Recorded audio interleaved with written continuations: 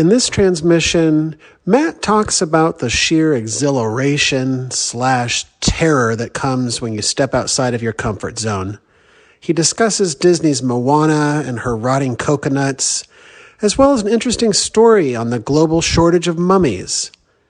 For our UK listeners, we're talking about the wrapped corpses from antiquity, not your mom.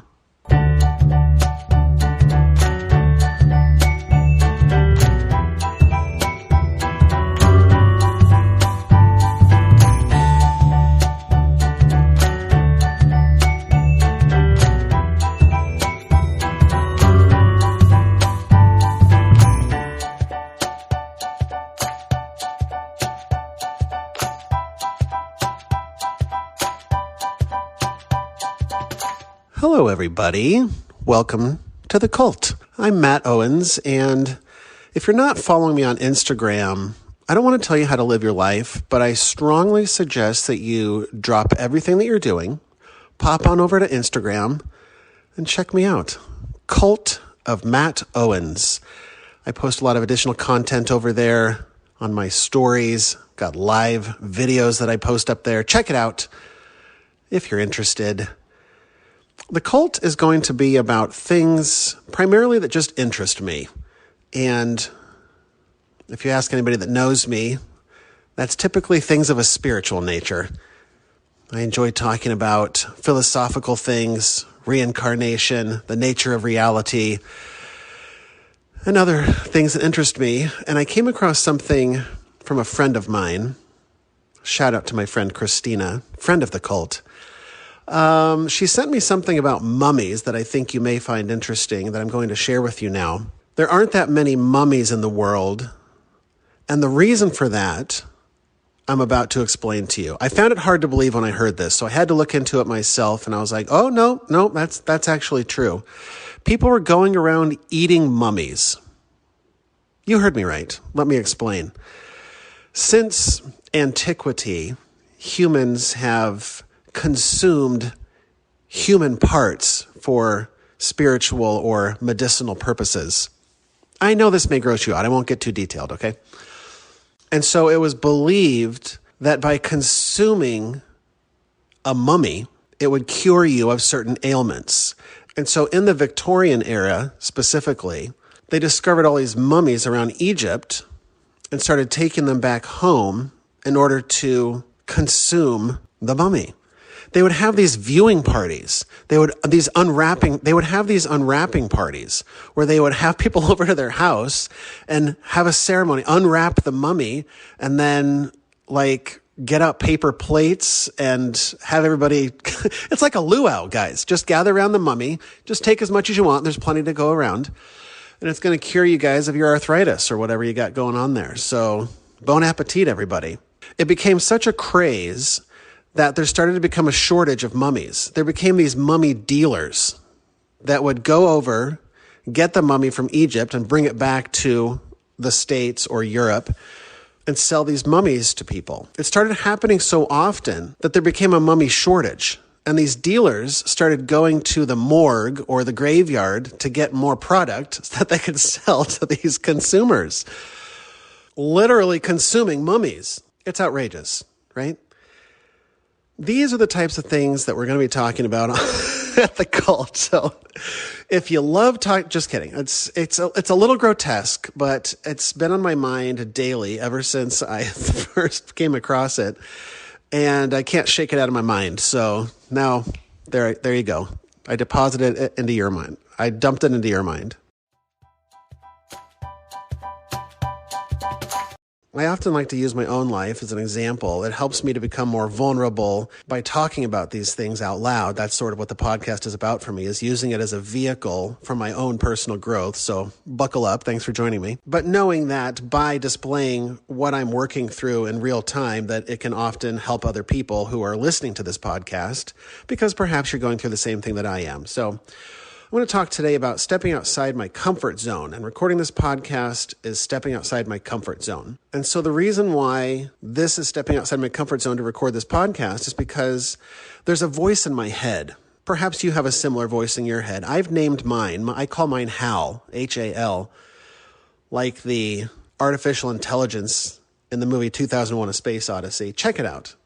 Cinematic masterpiece, in case you're interested. But Hal is that voice in my head that always wants to keep me in my comfort zone, keep me safe. He represents the reptilian part of my brain that just wants to keep me safe. But as I've started this spiritual journey of mine, I realized that in order to grow as a human being, in order for my soul to expand, my consciousness to expand, that's going to involve a little trek outside of my comfort zone. And Hal doesn't like that. So Hal will do everything that Hal can. He'll use all of the tools at his disposal to keep me within that comfort zone. So for example, in recording this podcast, Hal throws a bunch of obstacles in my way in the form of excuses. So every day I have this feeling, this knowing that what I'm meant to do is to start a podcast. But that makes Hal a little uncomfortable because that's going to take us outside of our comfort zone.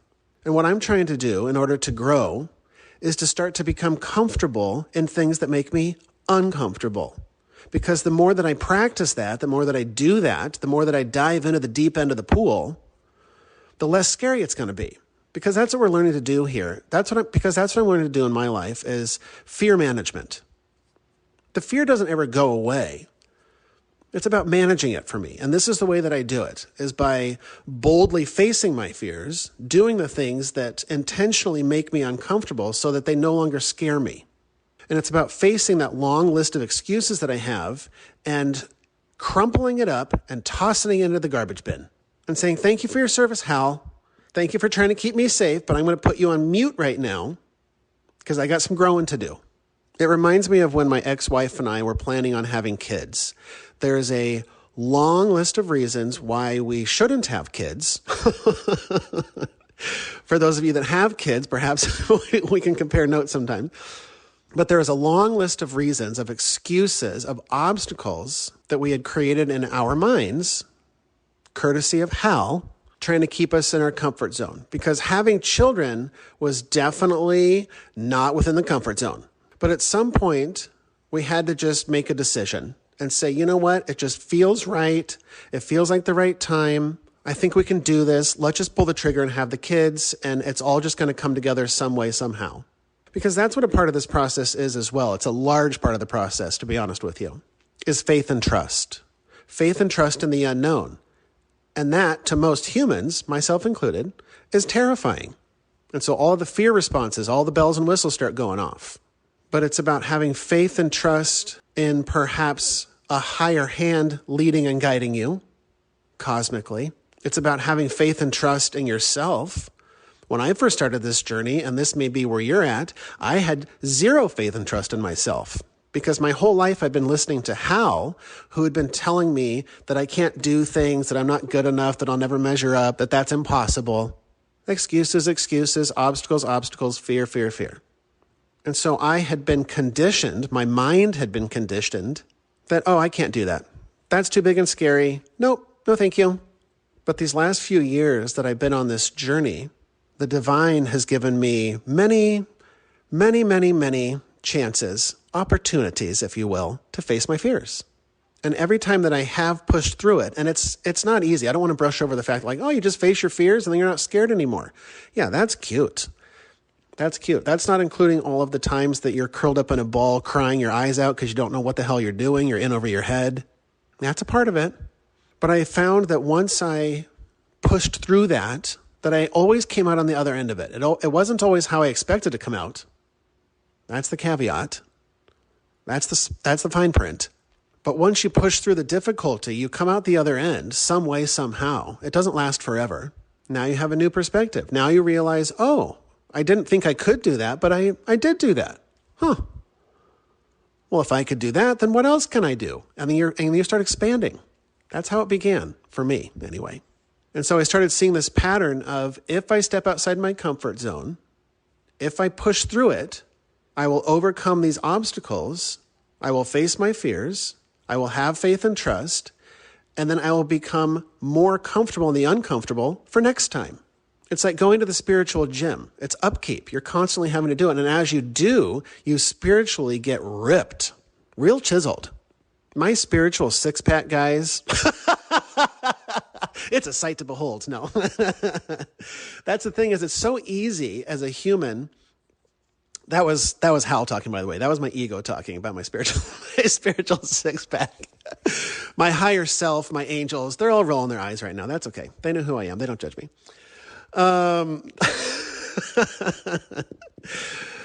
The more and more that I start to jump off of the cliff, metaphorically, and have faith and trust that it's going to work out in the end, the stronger I become, spiritually speaking, mentally speaking. And so it's a constant game of fear management, skills sharpening.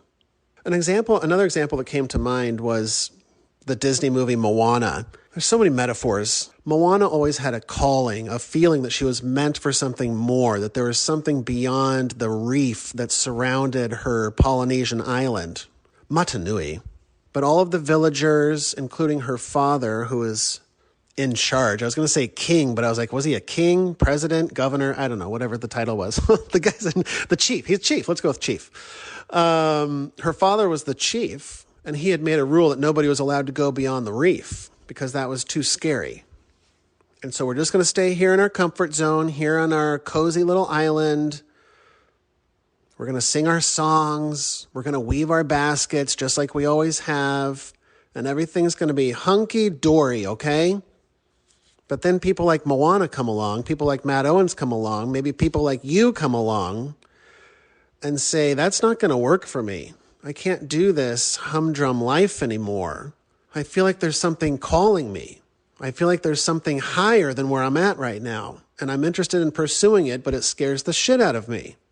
And it's about being brave and having the courage to stick your toe beyond that line, beyond that reef, outside of that comfort zone.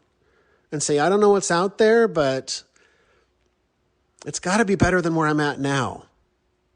Maybe you're unhappy in your relationship. Maybe you're unhappy at work. Maybe you're just generally unhappy. And that's okay.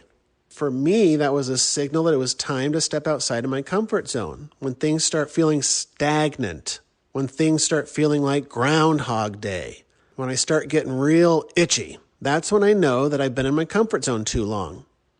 That's when I know that it's time to roll up my sleeves and try something different here.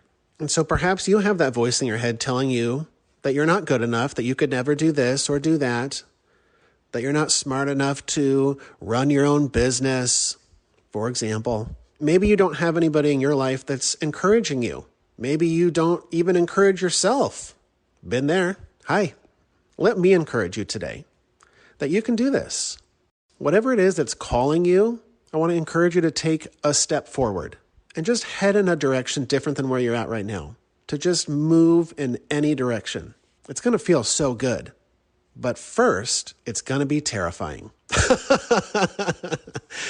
But it's so satisfying once you push through that fear to look back and realize, wow, I did that. And take a minute to be proud of yourself. Pat yourself on the back. Get that gold star out. Sometimes the universe will give us a gentle nudge, light a little fire under our bum in order to get us out of that comfort zone. In the movie Moana, in case you haven't seen it, their food supply started dwindling.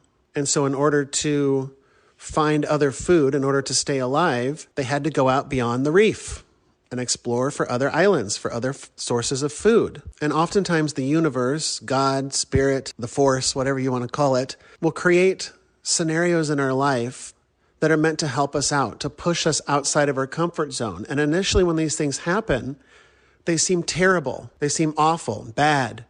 Like in Moana, for example, their food supply started getting tainted. All the coconuts were going rotten. All the fish were disappearing. And I view that as a loving universe, a loving hand guiding them out beyond the reef, gently pushing them to go and explore the other islands, to face their fears, because if they don't, there's no more food. And often that'll happen in our own lives. You'll be working at a job that you're not meant to be at any longer, and the heat will get turned up more and more and more.